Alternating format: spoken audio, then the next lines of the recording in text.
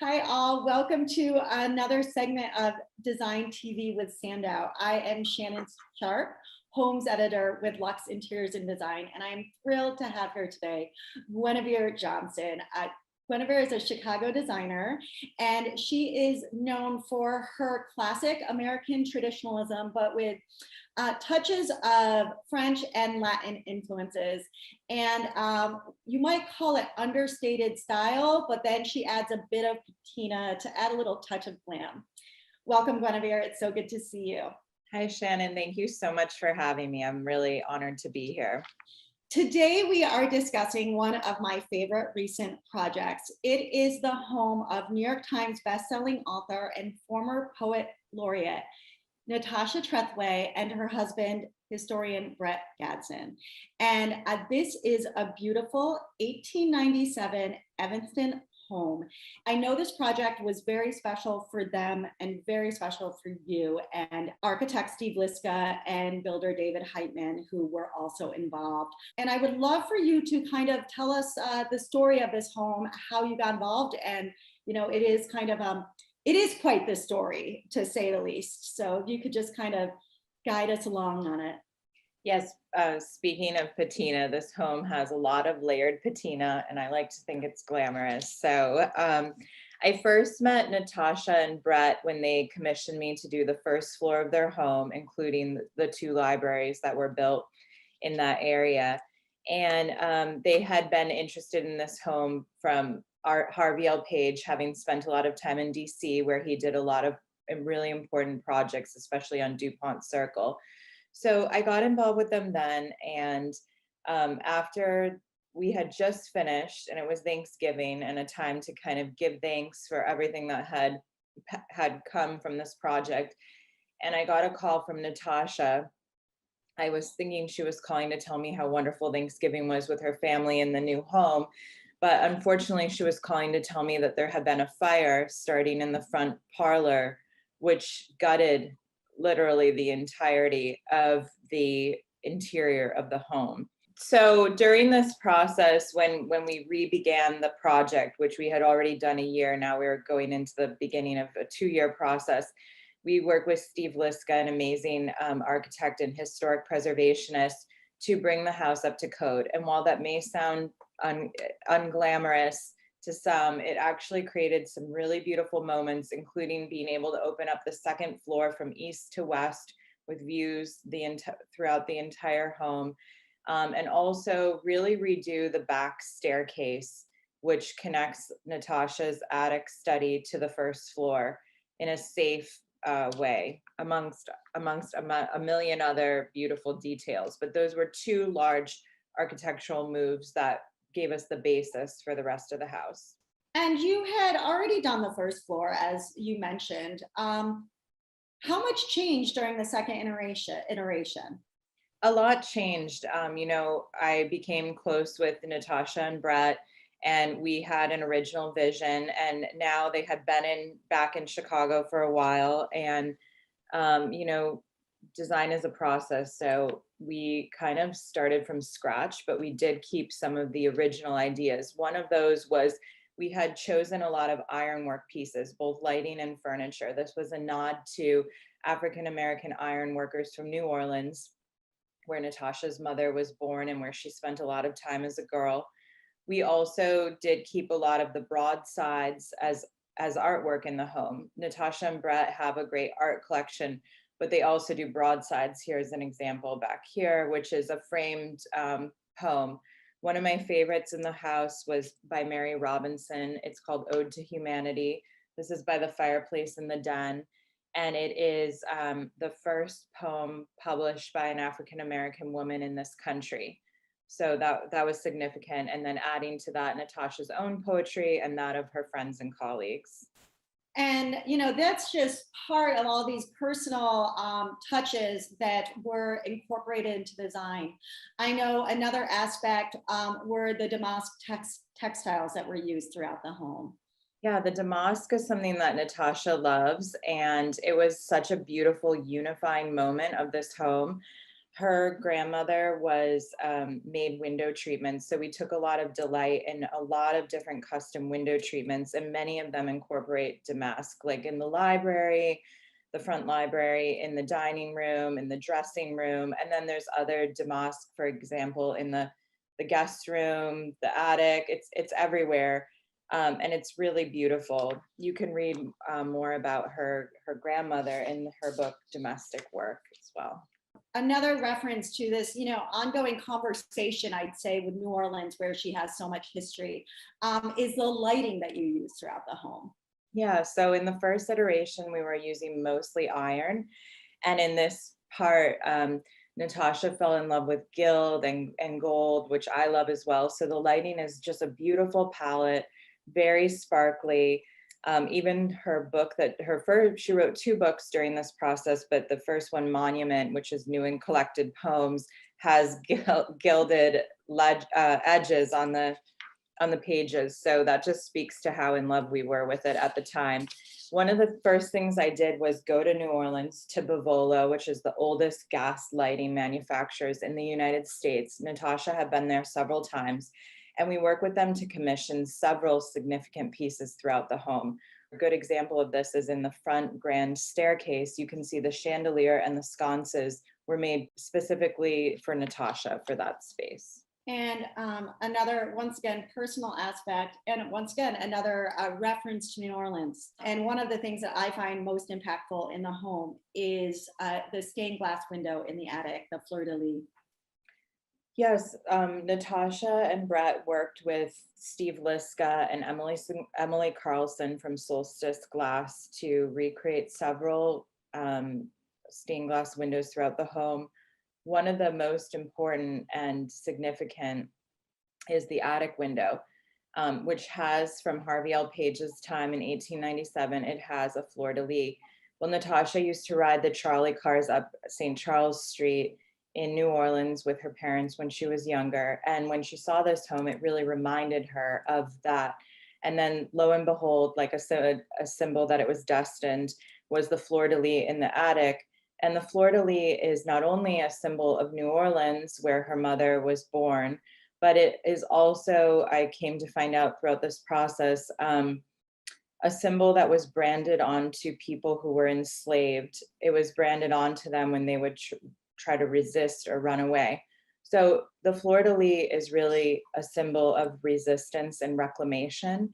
And it's very beautiful that Natasha and Brett were able to recreate this window, refurbish it to its original luster, and it's lit up every night. And we know many people in the neighborhood who know the home and say how beautiful it is lit up. So that's a really powerful moment here. It is, and the attic itself, in general, it is so personal. I know we keep going back to that, but it's so personal. So I'd love to have you talk a little more about that. One thing I love about this project is that we were able to work with a lot of custom pieces that have a lot of significance. So, for example, we worked with a lot of local Midwestern makers to create pieces that symbolize the families, being in the Midwest right now. They have lots of pieces from the South and from the East Coast. And in this iteration, we brought in a lot of Midwestern makers. And one way we did this, we worked with Keith Fritz Design on the living room table, which they sometimes eat or write at. And that was handmade in Indiana. We also, some of the sconces in the front parlor library, those were handmade in Wisconsin. We have a lot of Brett's furniture in his office was handmade in Illinois. So we're very conscious to include these pieces along with the European pieces, the Southern pieces, and the pieces from the East Coast, bring it all together in almost every room. However, at the same time, we were able to work with Natasha's existing collection of furniture. And one place that you really see that is the attic. So she has her 2 original writing desks, and one of them is actually the desk that she bought with her very first paycheck from her very first published poem, and she still uses it today. So we were able to work with pure restoration to get all the smoke out, refurbish it. We went out to the warehouse and made sure the pieces were, brought back to their original form. and it's great to see them living in the home today. The attic is just one of 4 libraries in the home, which as a writer, I can say that is a dream come true for anyone. And I know that having 4 libraries, having so many libraries was very important to both Natasha and Brett. Yes, it's a beautiful moment. And what's really special about these libraries, they're used all the time, every day. None of them are like special rooms that are locked away. And I think, you know, there's 2 really important ones, which is the one in the front, what would have been the receiving parlor during the Victorian time, and now is the library for Natasha's father's collection with all of his books that he left her, and also her books. And then also in her attic, this is a really beautiful library where Steve Liska took the lead. It's a half-height library, so on top you have beautiful counter space where you're able to display objects and memorabilia that tell the story of the books that are there. So in Natasha's case, we have her Pulitzer. We had so many awards, we couldn't display them all. And I think she also had a great interest in incorporating her art, gifts that were given to her, small family heirlooms, and things that she can actually touch and be in touch with that influence her writing, and also envelop visitors. You see visually the story of everything that is in her poems, and that is very, very important.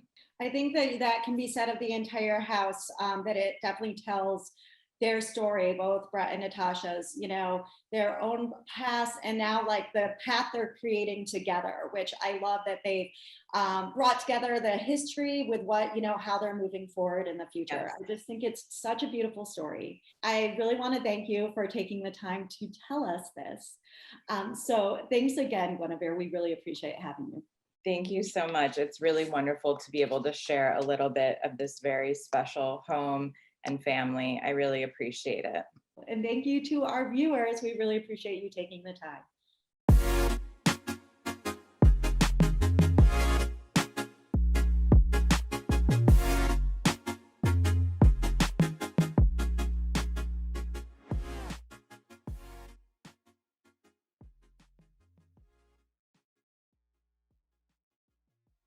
Hi, I'm Pamela Jaccarino, Editor-in-Chief of Luxe Interiors and Design. Welcome to Creative Conversations on DesignTV. Today, I'm chatting with interior and textile designer Mally Skok, who loves color and pattern as much as I do. She has a charming new handbook about finding your joy through a designer's lens, and we're going to talk about that today. Good. Welcome, Mally. So nice to see you. Thanks for inviting me. Lots of fun to talk about. Yes, and I love that you're bringing the color and pattern to the screen.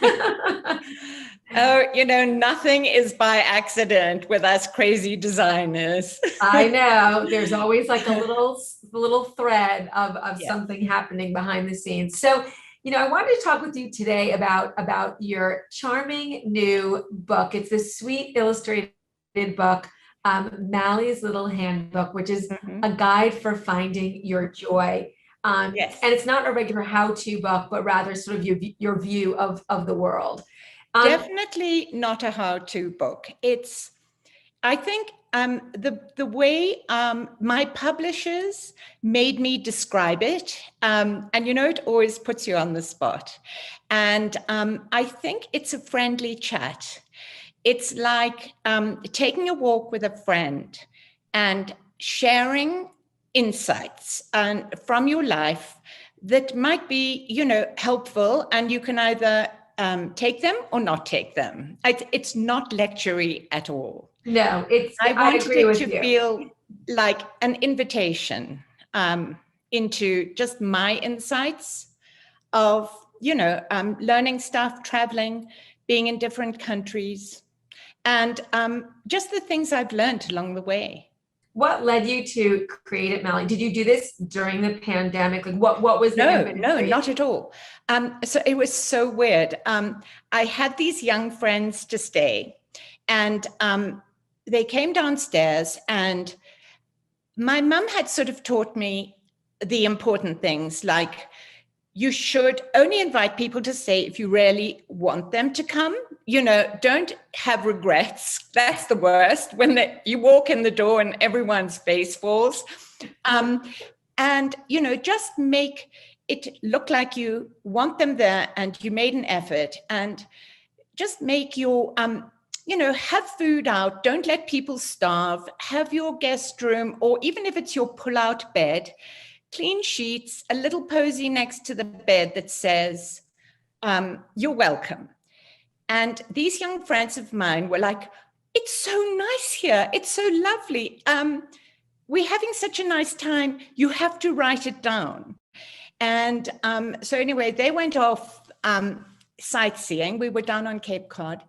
And I'm a very much seize the moment person, because I know inspiration trickles away.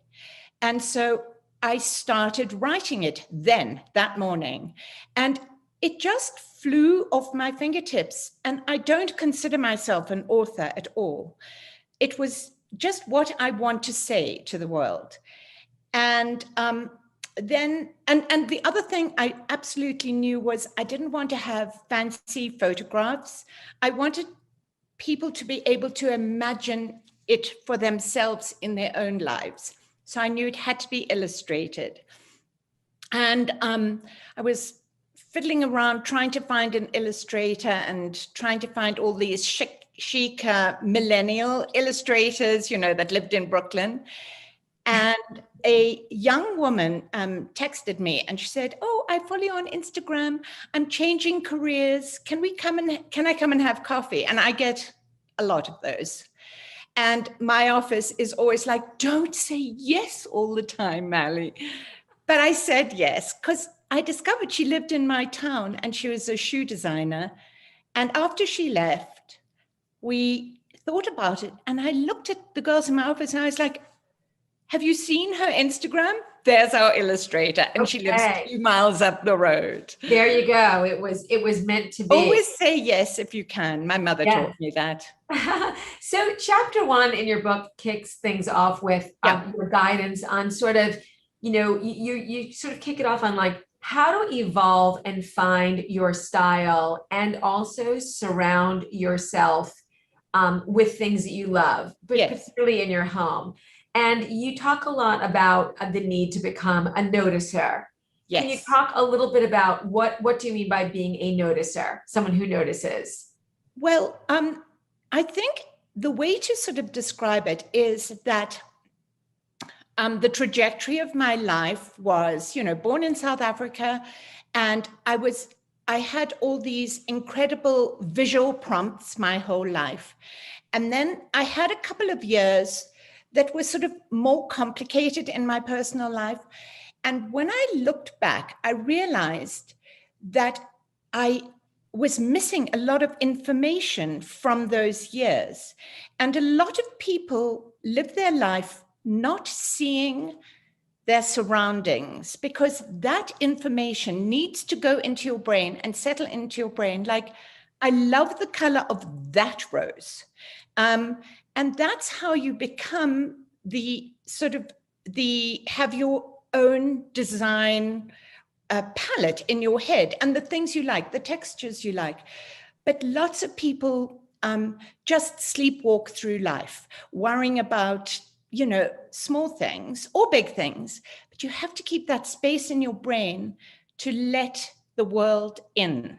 Yes. And calling it a noticer, was the word that I used because my kids said that I should have been a detective, because I'm like, who's got friends in the house, or who drank the beer? And when, you know, I do notice my surroundings a lot. And it's important. It's important. Oh, absolutely. You have to goes in. Yeah, you have to have it, you know, it's being observant to, you know, little things in life. And I think for creatives, for designers, we're very tuned into environment, nature, and why do I like this color? And also it's funny what happens if you love orange, you're going to see orange and notice it everywhere. Yes, you do. And then you start to edit, and that's how that is, to your point, how you start to create things Yeah, that you love and the get things attracted to them. that you don't care for. Though I do love most colors, I have to say. Me too. But yeah, it's so interesting with clients. When you start off, they're like, I don't really like green. And you're like, oh, okay, well, we'll avoid green. And then you put some fabrics in front of them and whoops, they choose the green. And I never say anything. It's like they're giving false information to themselves. I think everyone has a basic love of certain colors and things in life, but they don't dig into it. You know, they don't give themselves the credit of knowing that they do have a palette, a color palette. And you know, once you become a noticer and start to realize what you're attracted to, because there's so much out there, it does enhance your You're never bored. You're never bored, but in ways big and small, and mostly, you know, we're both in that sort of interior design business. It sort of comes into your home, and also when you have guests coming in, they pick up on that too, and you start. They know who you are instantly when they walk into your house. Yes. All those signals. Yes. That are so, you think they're subtle, but it's what you choose is what you're signaling to the world. What you choose is who you are. Yeah. So Mally, I have an important question to ask you. I read through your book. I did feel like it was like talking with a girlfriend. Oh, and good. Tonight, I happen to have overnight guests staying in my home. What is your number one piece of advice? You have a lot of advice in the book on hosting, and you've got a great recipe in there, a couple of recipes in there. One is from your mom. But what is your number one piece of advice for me for hosting my guests? I think the most important thing is the first 5 minutes. When they arrive, it sets the tone, it sets the atmosphere. Be ready at the door. Bring them into your house.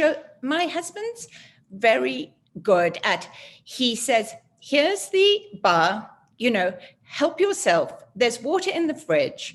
And I usually just put some snacks out on the kitchen counter and just get rid of that awkwardness. And you're in charge, you're bringing them into your space. This is your rodeo.